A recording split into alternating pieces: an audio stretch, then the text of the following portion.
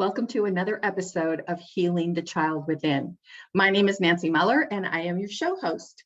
Today's topic is about aging, and this topic was requested by one of our frequent viewers. If you have a topic that you want me to talk about that you'd like to, have some information on, let me know because I would love to share that information with you.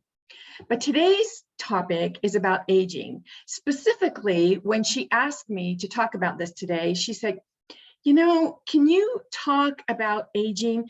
But when she asked me to talk about it, I thought, I could see the pain behind her request. I could see that she had some fear. I could see that she also had some embarrassment for having the fear and even asking the question. And here's something to remember.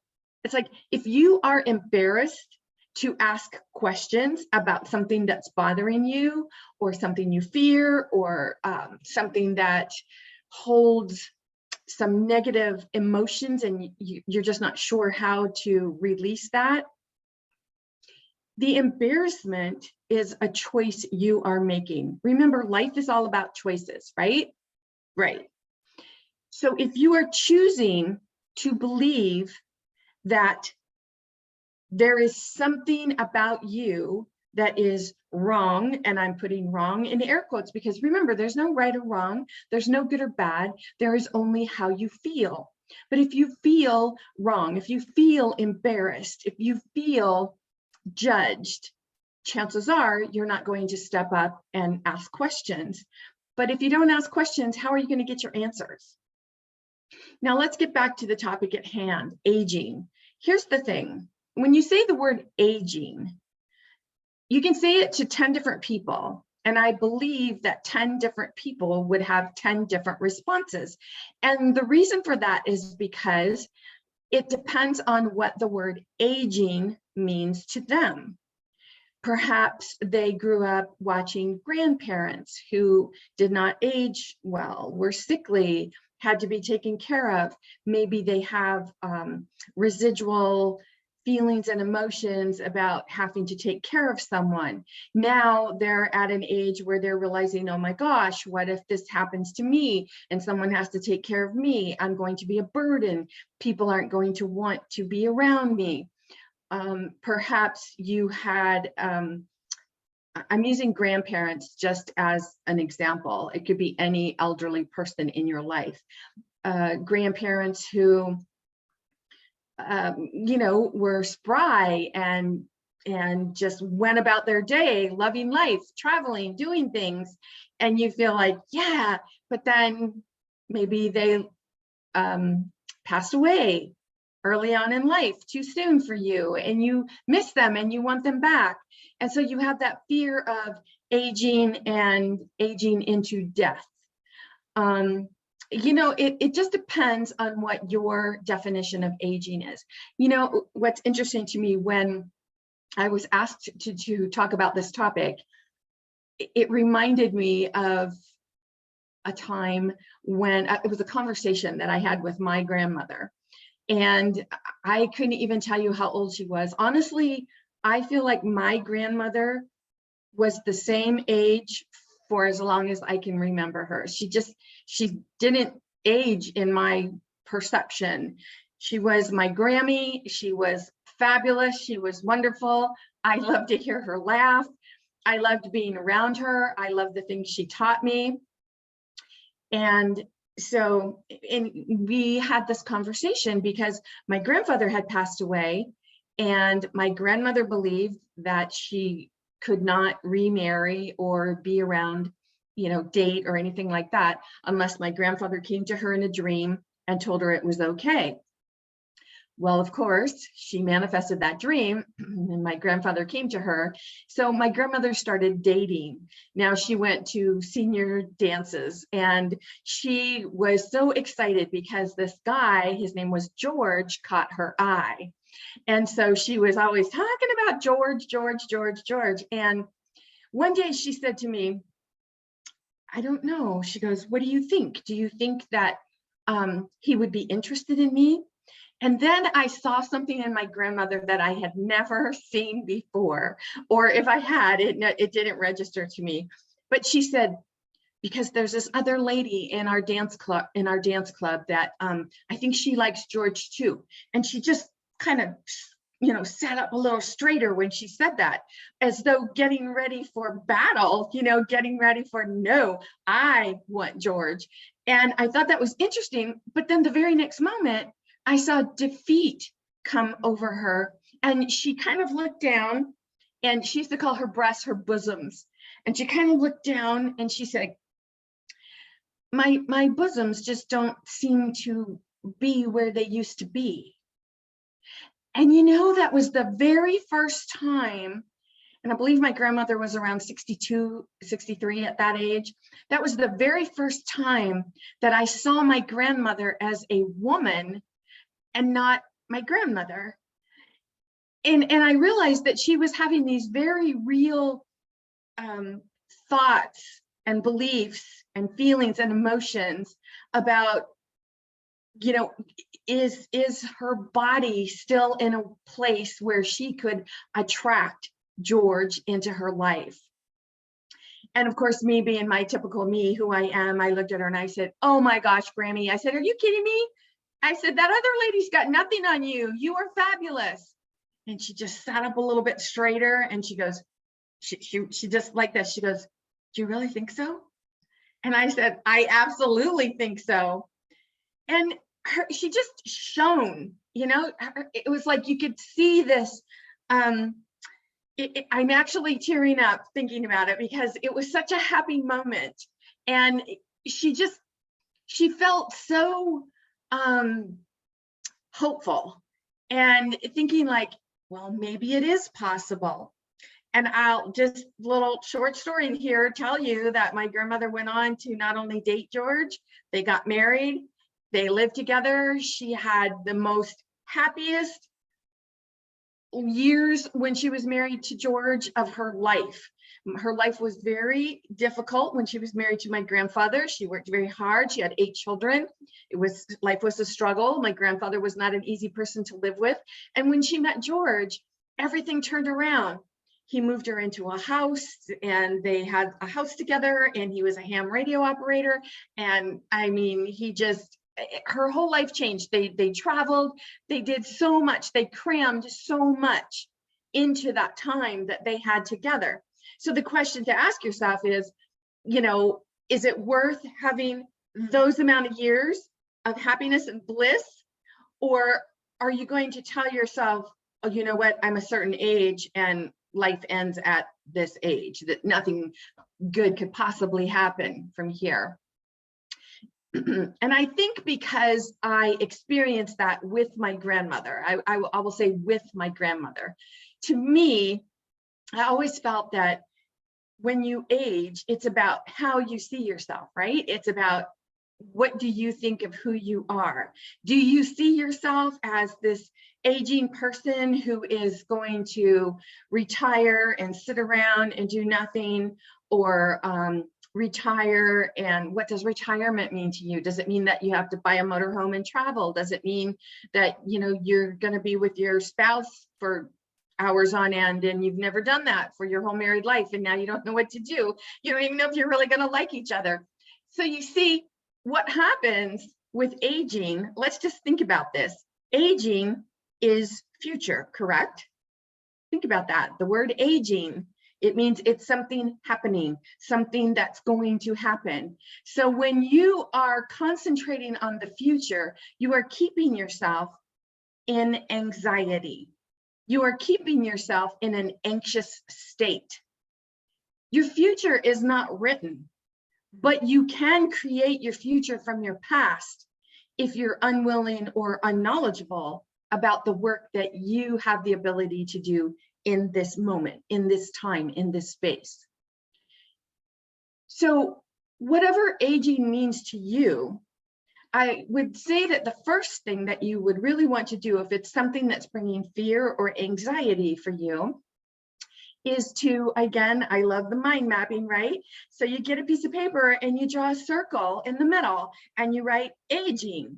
And then, of course, you put out your lines and more circles. And then every thought that comes to you, every emotion, every feeling that comes to you, put it in those other circles.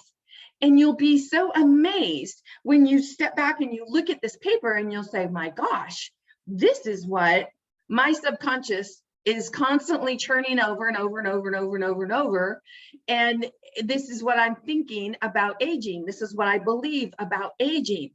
Now, remember, once you determine that something that you've written down is a belief, you can ask yourself, what feeling or belief can I let go of right now? What feeling or belief will I let go of right now? And what feeling or belief can I hold on to or let go of for just a little bit longer? Because you have the power. Life is all about choices. You get to choose what you believe. Now, here's the thing. Somebody could say to me, Nancy, that's just silly, because you can't just say, oh, that black wall is white. Well, yeah, you can. You absolutely can. Because it's whatever you believe. Maybe the wall is white underneath the black paint. You see, it's all about what you want to believe. What beliefs do you want to hold on to? Do you want to hold on to the belief that when you age, you will not be able to get around, that you'll be dependent on people, that you're going to life is fearful, whatever. I don't want to put thoughts or ideas in your head, because this message and all of these messages on each one of these shows is about an opportunity for you to really think about where you are. What are your beliefs? What does the topic I'm talking about bring up for you emotionally, physically, mentally, spiritually? What does the topic bring up for you? So in the case of aging, what does that mean to you? Are you of a certain age and you look in the mirror and you see, I don't know, a little wrinkle, something, and right away you think, oh, Botox. I've got to get to the cosmetic surgeon and I've got to get rid of that. I have seen women that I have watched over the years, kind of grew up with in Hollywood, or I'll just say celebrity status. And they were always kind of like heroes to me, for whatever reason. Maybe they were fabulous singers or actors or action heroes or something like that. And when I see what they're doing to their face and their body, I often stop and think about, really, does that look better to you than who you are? Are you so afraid of aging that you're willing to put the toxins and reconfigure basically your face and how you look in order to be the way you believe you need to be? Or are you willing to say, this is me, this is who I am, I love me, I love my life, I love everything about me? And if there's something that you're looking at in the mirror, something that you automatically go to, I can tell you, growing up, I was a very thin child. I would say I was not, too thin, but thin. And I was never overweight or anything like that. And however, my mother always used to push on my stomach. And she always used to say to me, if you could just get rid of this little potch, if you could just get rid of this, if you could just get rid of this. And so, of course, every time I look in the mirror, where do you think my eyes go first? Right to my stomach, right? And I think, oh my gosh, this is not good. This is sticking out too far. Something's wrong. My stomach needs to be flatter. And then you have, of course, fashion that comes in, and I think, oh, I want to wear this. This looks great, but it doesn't look good on me. Oh, it must be because my stomach sticks out too much, or because I'm too large somewhere else, or not large enough in other places. So, it can bring up doubts. Now, remember, none of this is to blame my mother. If you're still in a place where you're blaming your parents or another person, place, or experience for anything that you're experiencing today, right now, in this present moment, well, this is your opportunity to do some inner work. Because if you're still blaming someone, you're giving away your power. It's about recognizing how those experiences are still holding on to you and are still affecting the choices you're making today. You have the power. We can't blame, oh, it's because this happened, or oh, it's because that happened. Well, hello, you're now however old you are, so you're learning different ways, right? You can only use those excuses until you learn that those excuses aren't going to do anything for you. And then once you learn that, you can't unlearn it. Now it becomes the work, right? Because it's about, what are you willing to do to stop creating your future from your past? So again, I would invite you to go look at the mind map and look at yourself in the mirror. I mean, if you're able to, take all your clothes off, stand in front of the mirror, and pay attention to where your eyes go. What bothers you? What do you think is wrong? What do you think needs fixed? And then ask yourself, why do I believe that? Why do I not believe that I am perfect just the way I am? When you're living your best life, it's near impossible to live your best life if you're always beating yourself up, if you're always fearful, if you're always worried about what's going to happen. And so when we talk about aging and how aging, or what aging means to us, we're living in an anxiety-ridden mind space, and that is your energy field. So if you're concentrating all the time on, oh my gosh, aging means I have to go on Social Security. Social Security means a limited income. All of these are beliefs. How many people do you know that retired and then went on to do something that they love, they absolutely love, and they're like, whoa, man, if I had known that retirement was this much fun, I would have retired a long time ago. People say that about grandchildren too, don't they? They say, well, if I'd have known grandchildren were this much fun, I'd have had them a long time ago. Well, hello, you can't have the grandchildren before you have the children, but it's all about where you are. Are you having fun? Are you enjoying your life? Are you waking up every morning and saying, today, I love my life. Today, I am creating my best possible life. Or are you living in fear? Are you waking up and saying, oh, I don't know, today I'm one step closer to that age of, what's going to happen? And what are you basing it on? Because if you look at a certain group of people who are infirm due to age and they're not moving around well, they're not doing things, they're not active, you can say, see, this is what happens when you age. Then you can look at a whole nother group of people who are traveling and going and doing. My grandmother did more after the age of 62 than she probably did, I don't know, for the first 62 years. She was traveling and going to visit family in Italy and just trying new things. I mean, it was so amazing. She is such an inspiration to me when I think about her. And I think, you know what? My grandmother was not even 5 feet tall. It's funny, for any of you who have been to Knott's Berry Farm in California, if you know the character Snoopy, my grandmother was not even as tall as Snoopy. But man, she had a lot jam-packed into that little body of hers. I remember one time I was spending the night at her house and she was all excited. My grandmother loved ice cream. And so she scooped up a bowl of ice cream for herself and for me. And then a little bit later, she got up and she goes, that was really good. I think I'm going to have some more. And I say, oh, me too, Grammy. And so she gave us some more ice cream.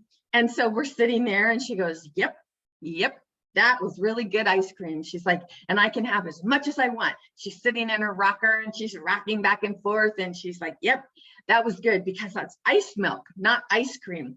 and ice milk is better for you and it's not as fattening. And she's sitting there, and the more she talked about her ice milk, she was so excited.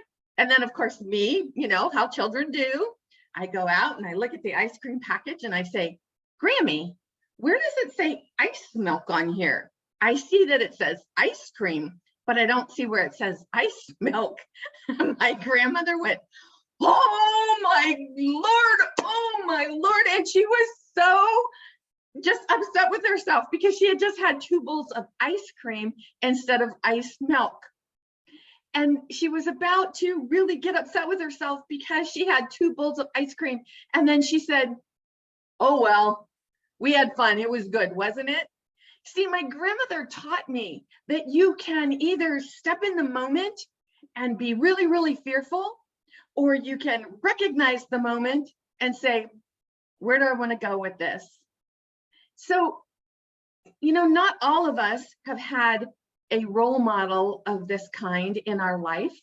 And so maybe if our role models were someone who did not age well, or who feared aging, or who got cranky as they got older, I don't know, you know, sometimes you talk to people and they say, oh, I don't like old people, they're mean, I just don't like to talk to them. Well, it's not that old people are mean. You can't put a group of people in a you know, in a descriptive environment and say, oh, because you're this age, you're going to be this way, because everyone's different.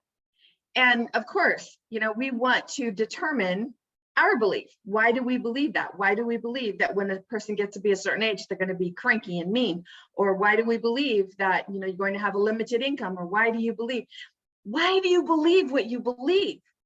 It's about mastering your beliefs that's going to support you to age fearlessly. Because if you're aging with fear, what's happening? Just think about this. What are you feeling? What are the feelings and emotions that you're dealing with on a daily basis? Now you think about this. Remember, your feelings and your emotions, what are they? Vibration. And whatever you're vibrating and putting out into the universe has no choice but to send back to you. It's like, okay, this is what you're requesting. Your wish is my command. I will certainly bring this back to you. So what are you concentrating on? You know, as I was thinking about this topic, I was thinking about the absence of, because when we fear something, it could be something that we're experiencing in the moment, like, oh, I hurt my hand, ouch, ouch, ouch, it really hurts. And so we're constantly thinking about the hurt, the ouch, the ouch, the ouch. And yet, when the pain is gone, when the healing has taken place and everything's good, we don't spend a moment going back and saying, wow, you know, I have that absence of hurt. I have that, why doesn't it hurt anymore? I don't understand. And concentrating on the hurt. No, we are so happy and excited and glad and thankful, you know, that we don't have that pain anymore. So again, everything that we're experiencing in our life that we don't want, the more we concentrate on it and the belief that we feed it, that is going to intensify. Hear me again, that is going to intensify. So what are you thinking about? What are you concentrating on? What are you talking about the most? Are you talking about the ails and aches and pains and fears? Or are you talking about living your best life ever at this moment in time? Where does your topic of conversation have the most volume?